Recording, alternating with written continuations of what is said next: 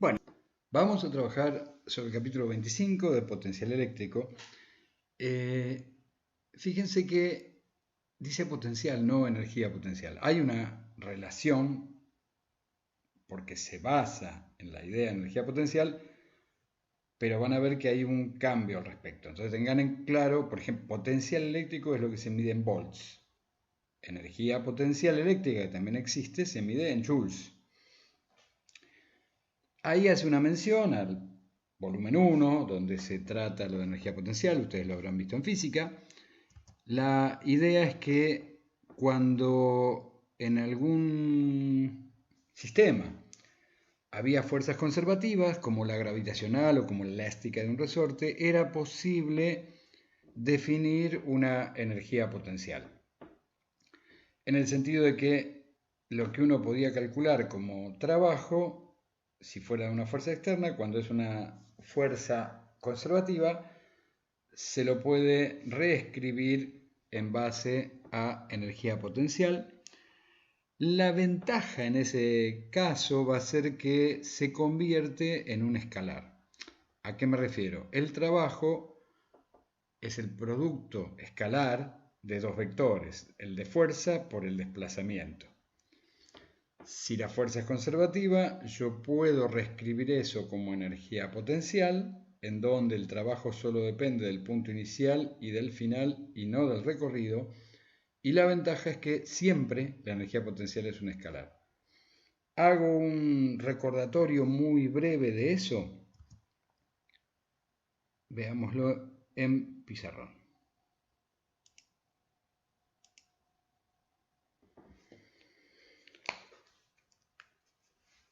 Básicamente, la idea de trabajo,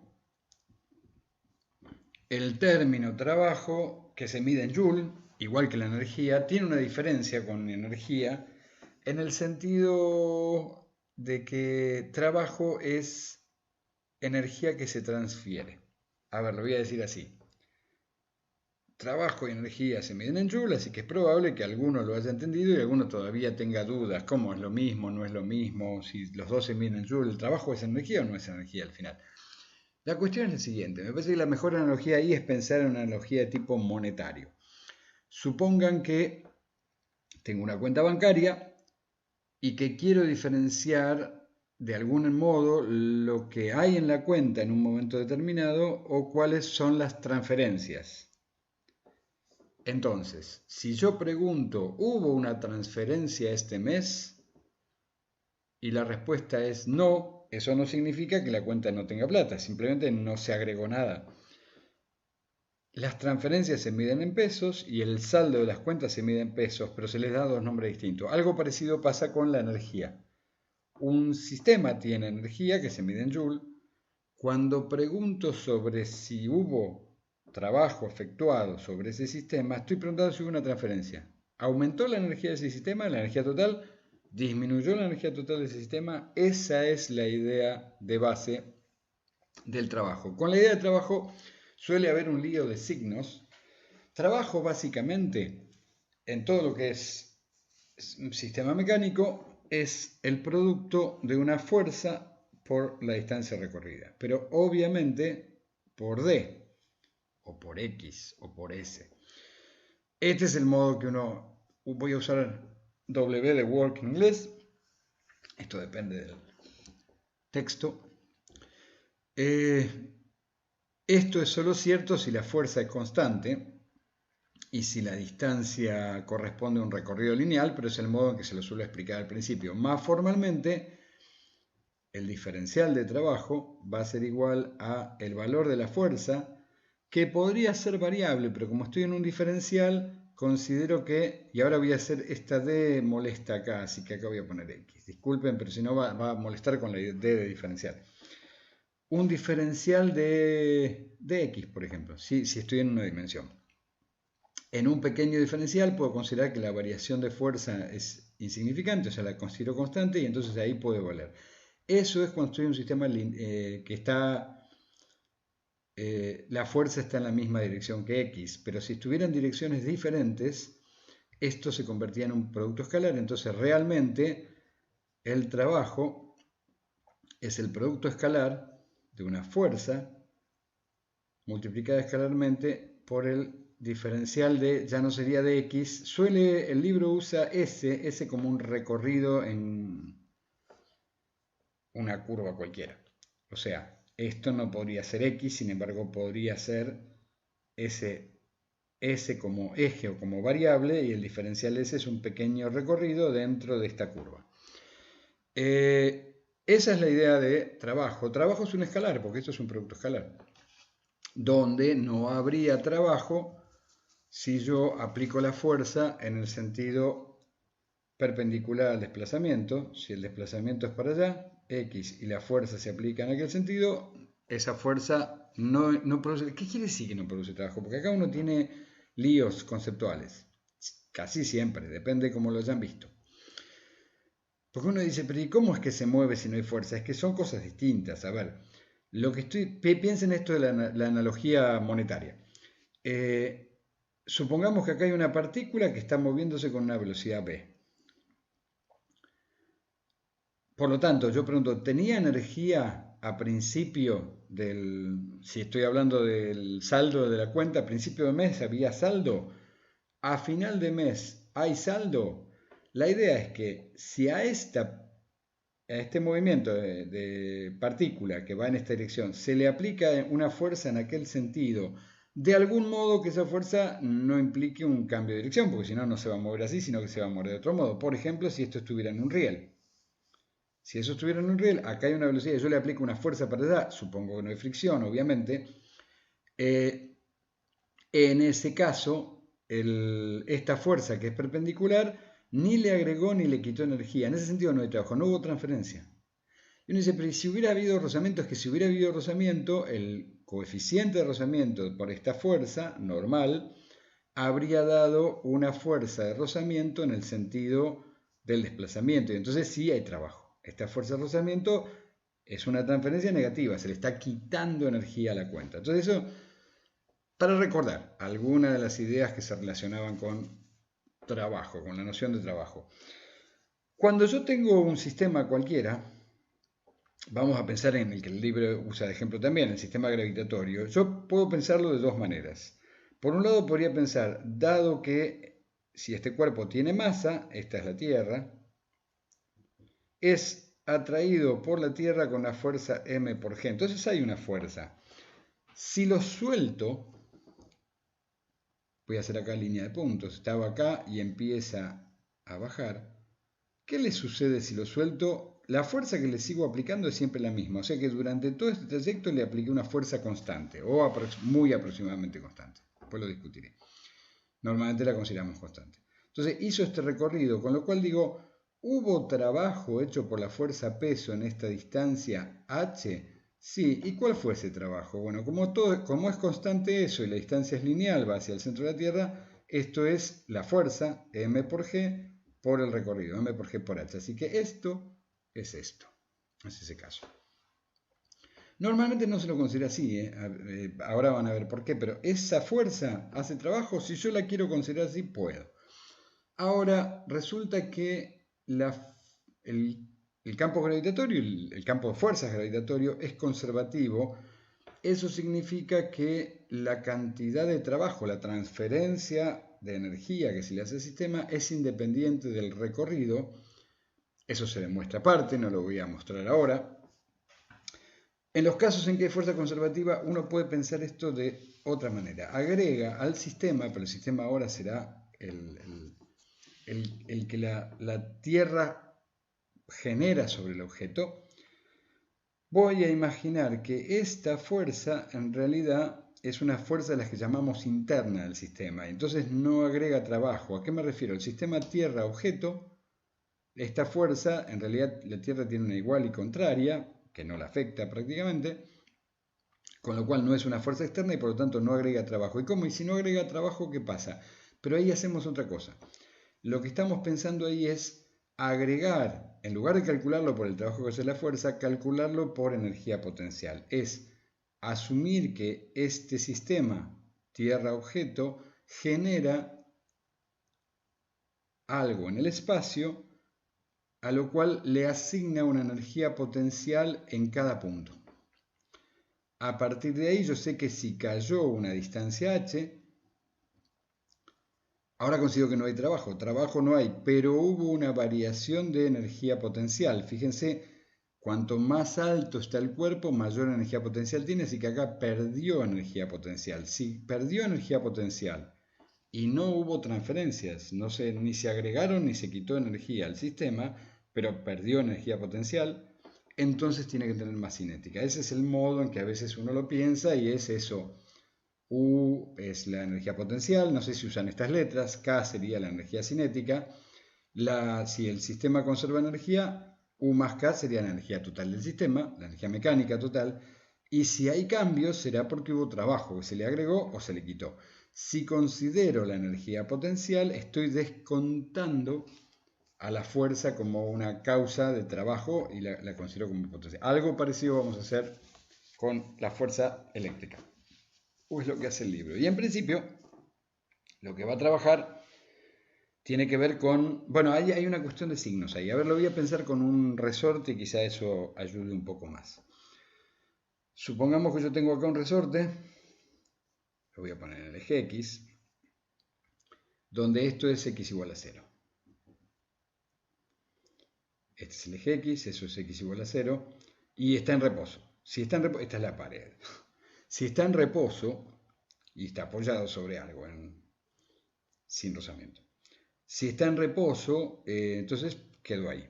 Ahora, si yo de alguna manera lo obligara, lo comprimiera,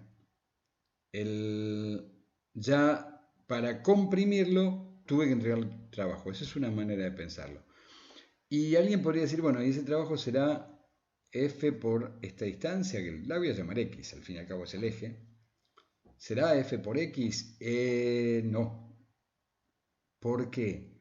Porque momento a momento la fuerza que tengo que aplicar es distinta. O sea, cuando el resorte está sin comprimir, apenas aplico fuerza para moverlo a un diferencial X. Pero el siguiente necesito aplicar más fuerza. El último tengo que aplicar mucha fuerza. O sea, esta fuerza varía con X. De hecho, si se acuerdan, la ley de Hooke en un resorte dice que la fuerza es menos K por X. Con lo cual, básicamente ahí lo que voy a tener es que el cálculo de trabajo, uno dice, bueno, será menos K por X cuadrado, no, porque lo que vale ahí es que el diferencial de trabajo es el valor de la fuerza por el diferencial X. O sea, el diferencial de trabajo va a ser menos K por X por diferencial X. Y el trabajo va a ser la integral de todo eso. Y resulta que la integral va a ser menos K integral de X diferencial X. Y de acá me queda menos K por X cuadrado sobre 2. Que es lo que aparece como la ecuación de trabajo. Pero hay un lío, este signo más o menos, ¿cuál considero? Y ahí viene parte del lío de los signos con trabajo. Hay dos fuerzas acá. Primero, ¿y no puedo yo hacer este movimiento con fuerza constante? Sí, pero fíjense que si lo hago con fuerza constante, estoy rompiendo parte de las reglas de cuando voy a querer usar esto del arqueo de caja de principio de mes y de final de mes. ¿A qué me refiero? Si yo aplicara una fuerza constante y lograse comprimirlo hasta acá, quiere decir que la fuerza aplicada en el primer momento es mucho mayor que la resistencia, digamos, que la fuerza contraria que tendería a ejercer el resorte, con lo cual daría una fuerza neta para allá y eso implicaría aceleración. O sea, al haber ahí una aceleración, el modo de cálculo requiere como más cuidado de atención. Cada vez que uno hace un análisis de trabajo, del trabajo necesario para llevar este cuerpo de acá a acá, es sin que haya una variación de energía cinética. O sea, estoy comparando todo el movimiento y eso como lo logro. En realidad lo logro de una manera de que esto se mueva prácticamente cero. Velocidad constante al sumo, pero seguro que no aceleración. Para lograr eso necesito aplicar una fuerza igual a la que el resorte aplica. Por ejemplo, estoy acá y lo quiero comprimir un poquito, este resorte ahí está aplicando una fuerza. Sí, bueno, necesito una fuerza igual. En realidad es diferencial mayor porque si no, no lo muevo, pero a nivel de los cálculos se supone que es igual. En ese sentido, todos los movimientos van a asumir que se desplaza, pero la fuerza que aplico solo coincide con la que está opuesta como resistencia, de tal manera que todo quede como fuerza neta cero y tienda a desplazarse a lo sumo con velocidad constante. O sea, hay un montón de cositas. Espero que sea de ayuda y no más confusión, pero bueno, algunas de estas cosas se pueden saltear. La idea es si puedo tender un puente para que lo relacionen con cosas anteriores que estuvieron trabajando. El tema ahí, ¿qué va a pasar entonces con la fuerza? Bueno, hay una cuestión. La energía potencial gravitatoria justamente se definía como mg por h, que era básicamente si esto es la fuerza y esta es la distancia de traslado, es la misma idea. Pero esto ya es un escalar de por sí, mg por h siempre es eso y siempre es h. Por ejemplo, no me importa, y uno dice, ¿qué quiere decir eso? Que si el cuerpo cae para allá, es lo mismo que si cae para acá. Si cae, sí, depende de cómo caiga. Por ejemplo, si yo dejo caer un cuerpo en caída libre o lo dejo caer respecto de un plano inclinado, la energía, la variación de energía potencial solo depende de la altura, con lo cual acá la energía potencial es la misma que acá. Al principio tenían la misma energía potencial, con lo cual la cinética es la misma. Eso quiere decir que la velocidad final de acá va a coincidir con la velocidad final de acá. No el tiempo que tarda en llegar, no se confundan con eso, pero la velocidad final en ese lugar va a ser igual que la velocidad final de acá. Y en ese sentido uno dice que moverme de acá hasta acá y luego moverme de acá hasta acá habría sido lo mismo que moverme así, a efectos de los cambios de energía potencial y cinética. Volvamos. Entonces, voy a imaginar que tengo una carga eléctrica Q que genera un campo eléctrico en el espacio. Quiere decir que en el momento que aparezca otra carga va a aparecer una fuerza y esa fuerza va a ser como el equivalente a la fuerza peso pero a nivel eléctrico. Eso lo vamos a generar imaginando una carga de prueba, luego la vamos a llamar así, que la ubico a una determinada distancia r. Entonces este es nuestro eje r. La diferencia acá en principio es que la fuerza es de repulsión, la carga de prueba siempre se la considera positiva para el análisis. Si esto hubiera sido la Tierra y hubiéramos estado hablando de gravitación, la fuerza vendría en sentido de atraerse hacia la Tierra, el objeto de prueba. Y eso va a implicar que si lo muevo, por ejemplo, desde un punto A un punto B, acá, si hago este movimiento, en realidad lo que estoy haciendo es, fíjense, este sería el resorte comprimido, lo estoy liberando el resorte, estoy perdiendo energía cinética. Si R crece, pierde energía cinética. Si el punto B hubiese estado acá, ese es el punto A, este es el punto B, y lo traigo de A hasta B, estoy comprimiendo el resorte, que es de la fuerza entre ambos, con lo cual acá acercarme aumenta la energía potencial. En el campo gravitatorio era al contrario. Eso va a implicar un cambio de signo. Nuestra U va a empezar con un menos. ¿Y cómo calculo esa U? Bueno, básicamente yo podría decir que es la fuerza eléctrica multiplicada por la distancia, al fin y al cabo. ¿Y cuál es la distancia? RB menos RA. Fíjense, estoy diciendo en el sentido contrario. El final menos el inicial. Y tengo otra cosa a ver, que es la fuerza, ¿cuánto vale? Bueno, la fuerza va a ser igual, la fuerza eléctrica, acá por Q sobre R cuadrado. Pero hay una trampa, pues si yo hago F por D, estoy asumiendo, ¿por qué acá lo podía hacer? Porque la fuerza era constante. A nivel eléctrico la fuerza no es constante.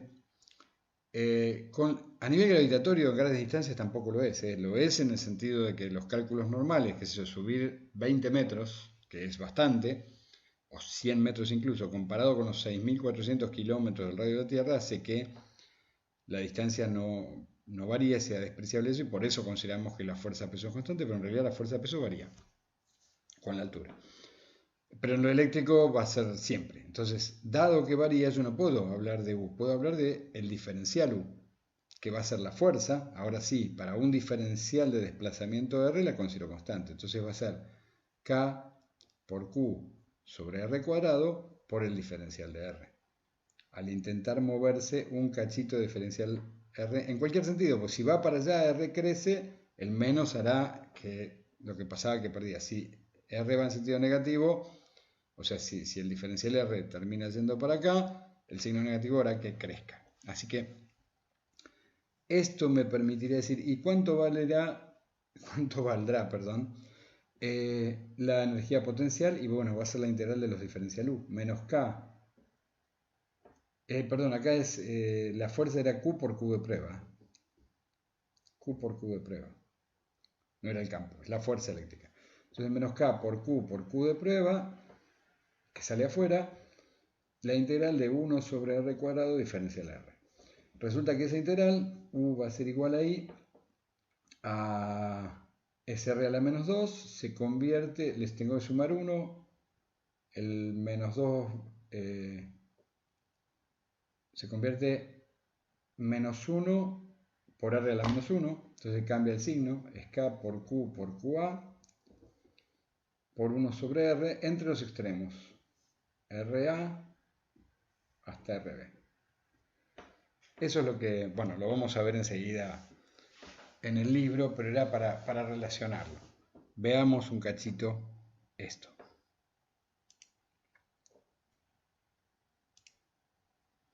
Estamos en el capítulo de potencial eléctrico, avanzo, y dice diferencia de potencial y potencial eléctrico. Ya vamos a dibujar. Acá habla del tema de los signos, se los dejo para que ustedes lo miren. Usa la notación de S, ya mencioné, para una curva cualquiera, y la integral que se va a hacer sobre eso se llama integral de trayectoria o integral de línea. Los dos términos son sinónimos. No sé si lo habrán visto de alguno de esos dos modos, pero cuando hago una integral recorriendo una línea, como esa de ahí, se la conoce como integral de línea. Fíjense acá, diferencial U, lo que tengo que subrayado, eso de por ahí. No quería subrayar eso, lo que ya estaba. Esta cantidad de U, diferencial U, voy a quitar también lo que acabo de hacer, ahí está. El diferencial U es menos Q por E, la fuerza acá la calcula como, yo anoté todo, menos K por Q0 sobre R, pero acá es menos Q0, que es la Q de prueba, por el campo generado por la otra Q, escalarmente el diferencial S. Yo no usé escalar porque fui en línea, pero es más correcto hacerlo escalar. Pasa que si es una carga puntual, donde todo depende solo del radio, la puedo convertir en una integral normal. Pero formalmente sería que el delta U, ¿por qué delta y no U? Es una discusión, se podría poner U, pero al fin y al cabo es entre un punto y otro, y acuérdense esto que decía de la energía potencial que tiene una referencia arbitraria, entonces simplemente se suele poner delta U como para mantener en memoria que lo que me interesa para todo esto es la variación de energía potencial, porque no hay no importa la referencia que tome. Entonces la variación de energía potencial la obtengo como menos la carga de prueba que sale afuera por la integral del campo. Y uno dice, pero yo había sacado la K y la Q también. Para el caso de una carga sí, pero esto es en general. Para cualquier campo será la integral yendo de RA hasta RB, o del punto A al punto B, del campo eléctrico. Q0 por E era la fuerza, Q0 es la única que sale afuera. El campo eléctrico, que puede ser variable en forma general, escalarmente el diferencial del recorrido de la integral de línea. La integral de línea no depende de la trayectoria, o sea, por cualquier trayectoria que vaya desde A hasta B, va a ser lo mismo, eso porque es un campo de fuerzas conservativo. Entonces, el tema acá, vamos a avanzar un cachito, y me queda que hay un agregado que se hace a esto, que es el hecho de dividir por Q0 la ecuación anterior. Vuelvo a ella. Ven que acá la energía potencial eléctrica sería menos Q0 por algo que depende solo del campo. Y entonces hacemos un truco. Voy a volver un momentito al pizarrón. Veamos así. Y les voy a recordar algo que habíamos visto cuando estuvimos analizando fuerza y campo. Yo tenía que la fuerza eléctrica al fin y al cabo era K por Q de prueba por Q sobre R cuadrado. Cuando pensamos en campo eléctrico, lo que dijimos era imaginar que la carga Q genera un campo eléctrico y es ese campo eléctrico el que interactúa con la carga de prueba Q, y entonces la fuerza se va a definir como Q de prueba por E. Era meter parte de esto, por E, llamar E a esto, ponerlo todo junto, llamarlo E, y entonces carga de prueba por E. En ese caso lo que quedaba era que el campo eléctrico es como la fuerza por unidad de carga de prueba. Hay algo alrededor de esta carga que cuando aparezca la carga de prueba se convierte en fuerza, pero ese algo le asigno existencia real. Algo parecido lo vamos a hacer con la energía potencial. ¿A qué me refiero? El delta U, tal como se veía hace un momento, depende de la carga de prueba, y lo que tenemos ahí que el delta U era menos Q0 por la integral de línea desde A hasta B de el campo eléctrico por diferencial S. Donde si este Q va adentro me queda claro que es como el trabajo, F por X, extendido, donde esto es un producto escalar, ¿no? Así como acá tenía la fuerza que era QP por E y dividí por QP para obtener solo algo que llamé campo eléctrico, voy a hacer lo mismo acá. Si divido delta U, o sea la variación de energía potencial eléctrica por Q0, obtengo algo que no depende de Q0, depende solo de Q, de la que estaba antes. Esto de acá tiene un nombre nuevo y se lo llama potencial eléctrico. Y es lo que se mide en volts. Entonces, la energía potencial es la que se calculaba en física 1. Si lo divido por la carga de prueba, o sea, solo considero el campo eléctrico antes de que haya una carga de prueba, digo que lo que hay ahí es un potencial, que cuando aparezca una carga de prueba se convertirá en una energía potencial. El potencial se mide en volts, la energía potencial se mide en joules, como era anteriormente. Fíjense que esto es lo que hace el libro acá, y define V, la cantidad que conoce como potencial eléctrico, dividiendo la energía potencial sobre la carga de prueba. Entonces, volts van a ser igual a joules dividido coulomb, dividido la carga de prueba. Ya que la energía potencial es una cantidad escalar, el potencial eléctrico también es una cantidad escalar, y esa va a ser la ventaja, porque fíjense que nos va a interesar, es algo que se va a relacionar con el campo, como lo vamos a ver después, pero es una cantidad escalar y no vectorial. Entonces, delta B se va a definir como menos la integral desde A hasta B del campo eléctrico escalarmente el diferencial S, que es el diferencial de recorrido de la curva, de línea, de la integral de línea. Acá dice la diferencia de potencial no debe confundirse con la diferencia en energía potencial. Fíjense que acá pone V y acá pone delta V. Bueno, V sería U sobre Q0, siempre y cuando tome una definición general de referencia. Si no, siempre voy a hablar de delta V. A esto se lo voy a llamar diferencia de potencial. Y ahí voy a hacer un par de aclaraciones.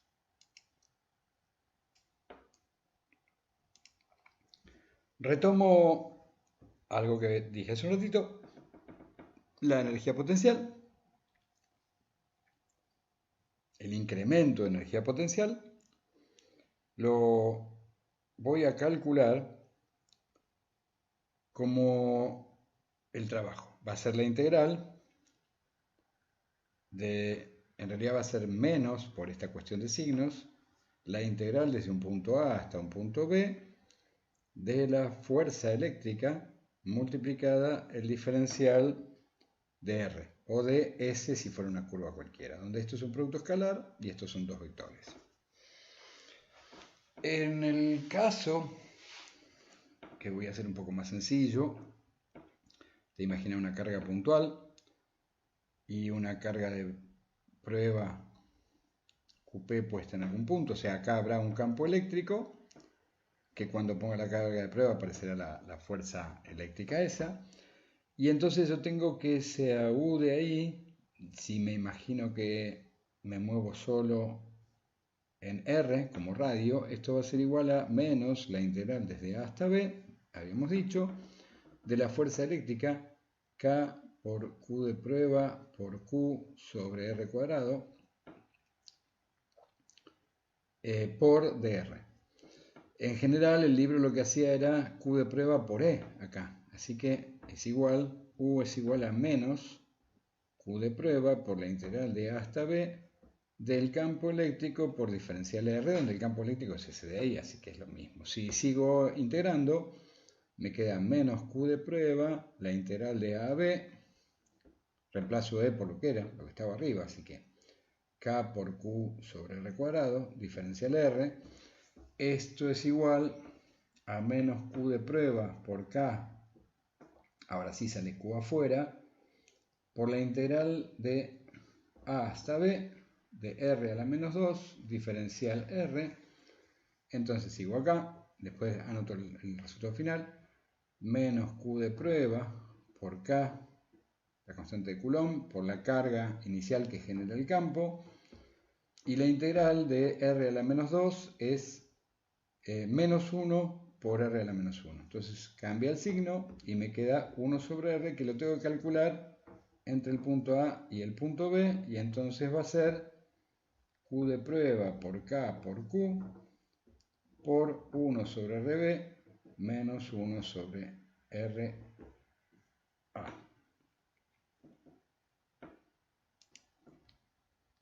Si lo pienso en términos de potencial, V es U sobre Q de prueba, entonces me queda todo igual, pero desaparece Q de prueba, entonces será K por Q sobre de 1 sobre RB menos 1 sobre RA.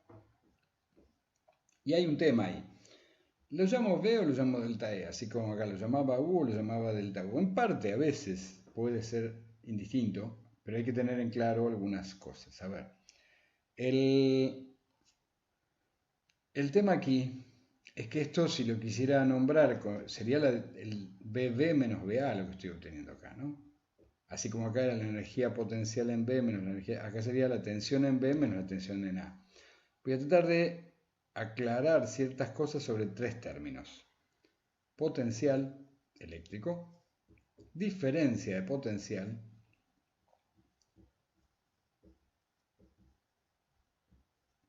y tensión eléctrica, que a veces se lo llama voltaje. También haré algún comentario al respecto.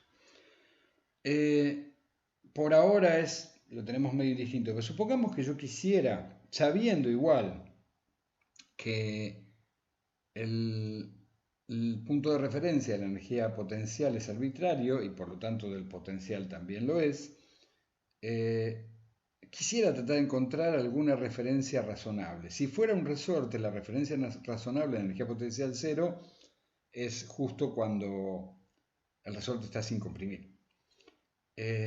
¿Cómo sería en el caso eléctrico? ¿En qué caso el resorte estaría sin comprimir? Entonces vamos a ver. Dejo esto y borro los cálculos intermedios. Si yo tuviera efectivamente una carga acá y una carga de prueba, ahí hay una fuerza, y a medida que me voy acercando la fuerza aumenta, así que al alejarme la fuerza va disminuyendo, sería como ir llegando al punto de equilibrio del resorte. ¿En qué momento alcanzo el punto de equilibrio? En realidad nunca, en el infinito. Con la carga de prueba en el infinito resulta que el campo que es sobre R cuadrado me da 0. El campo ahí sería 0, la fuerza sería 0 cuando aparece la carga de prueba. Entonces, un buen punto de referencia sería imaginar que tengo una carga y un campo y empiezo a traer una carga de prueba desde el infinito, porque considero que cuando la carga de prueba está en el infinito, la energía potencial es 0. Entonces, la integral iría desde infinito hasta B. Ahora el punto A está acá y el punto B está por acá. Y esto sería, un profe de análisis me mataría, porque es un límite, pero lo van a comprender enseguida. Perdón, RB es el punto final, así que está bien. RA sería infinito. 1 sobre infinito es 0, con lo cual me queda que la tensión con la referencia más formal, que sería en el infinito, es igual a K por Q sobre RB, que es el punto en el que estoy, cualquier R. Así que la tensión, perdón, dije que iba a aclarar los términos, el potencial eléctrico. El potencial eléctrico más formalmente definido a partir de una referencia que podría considerarse universal en parte, aunque es académica, sería partiendo de una carga en el infinito. Entonces esto sería efectivamente el potencial con respecto a esa referencia en el infinito. Y entonces ¿Cuándo hablo de potencial y cuándo de diferencia de potencial? Formalmente potencial sería el que calculo de este modo, o sea, el potencial sería el valor en volts que hay en zonas del espacio, donde potencial cero es efectivamente en el infinito. Si estoy hablando de energía potencial sería con una carga de prueba, si no en el punto. En el infinito habría potencial cero. A partir de ahí, si me voy acercando a la carga o el grupo de cargas, el potencial iría aumentando si la carga es positiva. E iría bajando, volviéndose negativo si la carga es negativa. Dado que todos los fines prácticos el potencial no me interesa, vamos a hablar siempre o trabajar siempre con diferencia de potencial entre un punto A y un punto B que serán arbitrarios. Ese es el mismo caso por el cual en mecánica se usa el delta U para esto y se puede usar una referencia arbitraria. Diferencia de potencial también se mide en volts, sin duda, pero a nivel técnico se le da el nombre de tensión. O sea, tensión eléctrica es diferencia de potencial eléctrico. Es quizá para acortar nombres. De hecho, a mí se me escapaba permanentemente y la mayoría de las veces uno no le da especial importancia a esto, con lo cual lo terminaremos usando de modo distinto. Tensión es diferencia de potencial. También luego podremos hablar de diferencia de tensión y no va a generar demasiado lío en la medida que vayamos avanzando. Pero básicamente tensión es esa medida en volts a partir de una referencia arbitraria.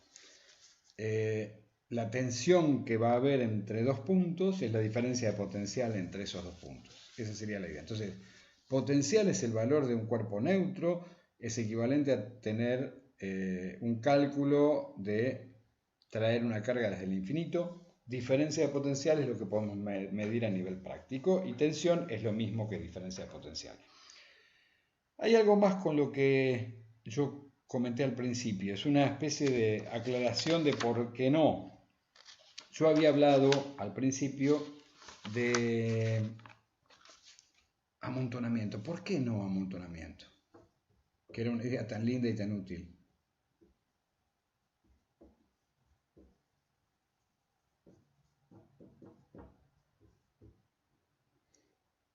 El tema es que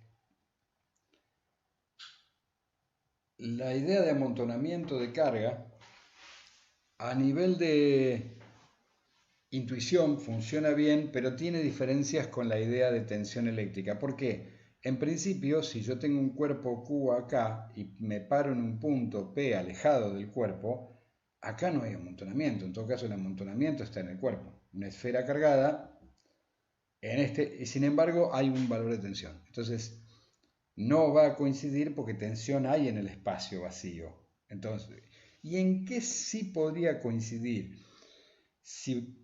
Vamos a ver que si yo traigo desde el infinito hasta un punto que está justo en el radio de la esfera, ¿cuánto valdría en ese caso la tensión eléctrica sobre la superficie de la esfera? Y habíamos calculado recién, era K por Q sobre R, que es la ecuación que les di en su momento para esa medición intuitiva del amontonamiento de la esfera. O sea, la tensión eléctrica, el potencial eléctrico, vamos a hablar físicamente, el potencial eléctrico viniendo desde el infinito, justo cuando llego al borde de la esfera, a la superficie de la esfera conductora, coincide con esa idea de amontonamiento, pero solo en ese lugar. Por ejemplo, adentro del conductor, de nuevo no habría amontonamiento, sería muy raro pensar, si yo estoy pensando justo en lo que está las cargas entre sí, una cerca de la otra.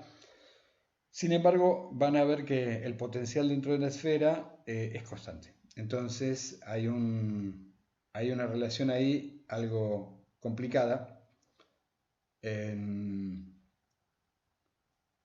entre esa idea de amontonamiento. Pero son detalles, yo digo, no está nada mal esa primera idea intuitiva de amontonamiento para imaginar qué pasa con las cargas, cómo tienden a moverse entre los conductores y demás. Entonces, la nueva idea de potencial vamos a ver que se aplica a cualquier lugar del espacio.